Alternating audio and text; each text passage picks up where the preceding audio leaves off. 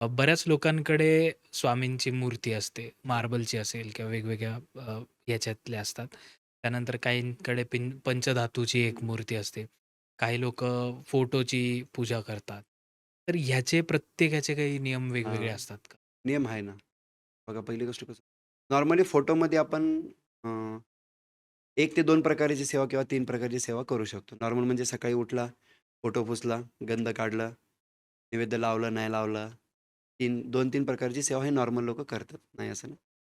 पण जर आर्टिफिशियल मूर्ती आली, तर ती जेव्हा मूर्ती येते ना, त्यावेळेस तुम्हाला एक टायमाला तरी तुम्ही नैवेद्य लावायलाच पाहिजे.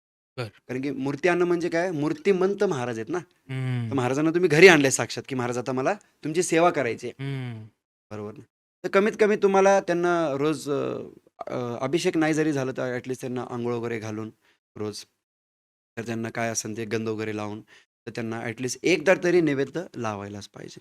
बरं, पंचधातूमध्ये आले तुम्ही, तर तुम्हाला कमीत कमी 3 ते 4 वेळा नैवेद्य लावणं. बरं. जेवढं आपण करतोय, हं, तेवढं आपण करतोय. सकाळी नाश्ता केला, दुपारी जेवण केलं, परत संध्याकाळी थोडाफार नाश्ता केला आणि परत संध्याकाळी 8ला जेवण. हं. हे पंचधातूमध्ये कसं होतं, ती सेवा वगैरे तिथनं महाराज सेवा घेतात.